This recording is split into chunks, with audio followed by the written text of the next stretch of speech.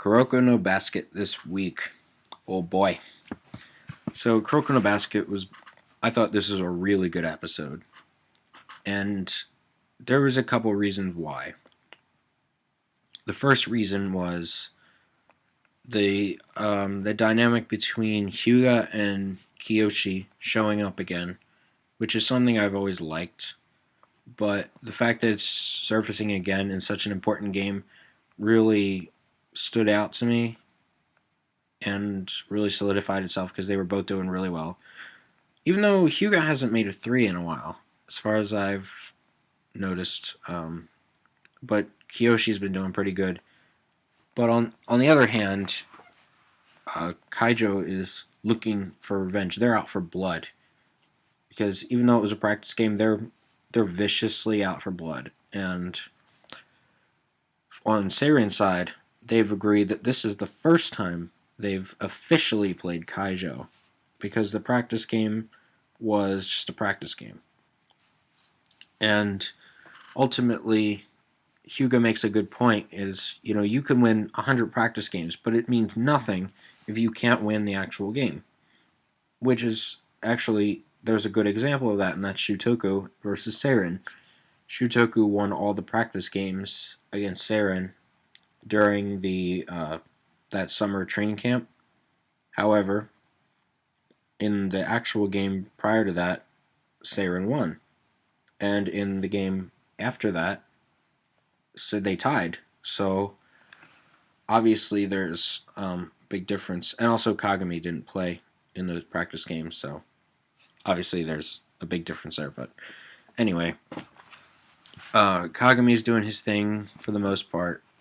And Kisei, he really was struggling on the bench, and so was the coach. I mean, you could see them both gritting their teeth, and I think that, Fujimaki, when he drew the manga, did a really good job with the facial expressions, and the animation company has done a good job keeping it alive, I guess you could say, in animation form.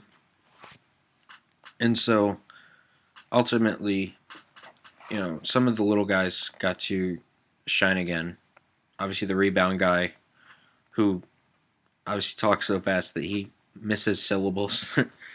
And, Hyuga got a nice block against, I don't think it wasn't Kasamatsu. I think it was Kobari. No, not Kobari. Moriyama, that's what it was. The guy with the weird shot.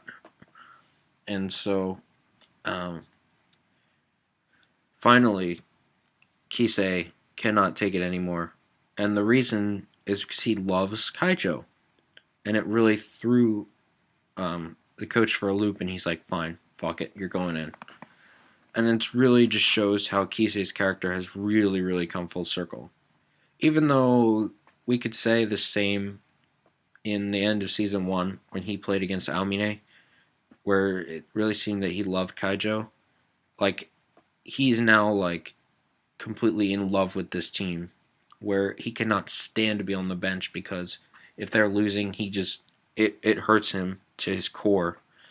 And so that really does show Kisei's character has really come full circle.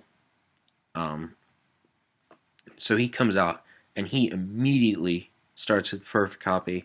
I mean, he was such in a trance that Kagami talking to him meant nothing. Absolutely nothing. And so he starts off with Akashi's frickin' ankle break, followed by Aomine's drive and Murasaki Bar's dunk. So, I mean, there was some pretty awesome shit there where he outsped Kagami and blocked him with Aomine's speed and, well, I don't know if it's his exact speed, but his kind of agility and Murasaki Bar's block. Sorry. Can you tell this is one of my later reviews of the day? Because I'm losing my voice, I guess, a little bit. So, I thought this was a great episode. There was a lot of heart, a lot of tension involved.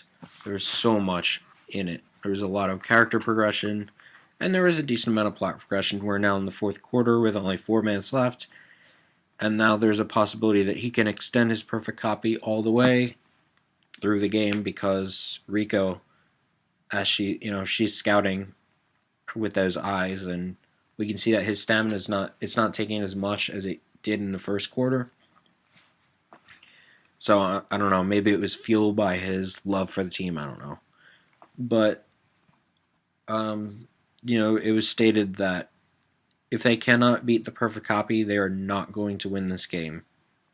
And so we'll see if Saren can beat this perfect copy. But we get a great shot of Kisei with some like the different colored auras to represent the different generation of miracles, and it looked awesome with all those different colored auras just around him. Because I think they did a really good job on that. The animation company. I'm guessing like there was a lot of good linear dodge or whatever you want to call it in there, color dodge. I don't know. It looked awesome. That's all I can say. It really did look awesome. And I guess that's it for the episode. So yeah. Oh, and yeah. He first off he freaking copied Kuroko's Ignite past Kai, which was awesome. The Cobra was able to catch it, which was interesting. That was so hype when he copied Kuroko's Ignite past Kai. That was awesome. But yeah, this was a great episode, and I can't wait for next week.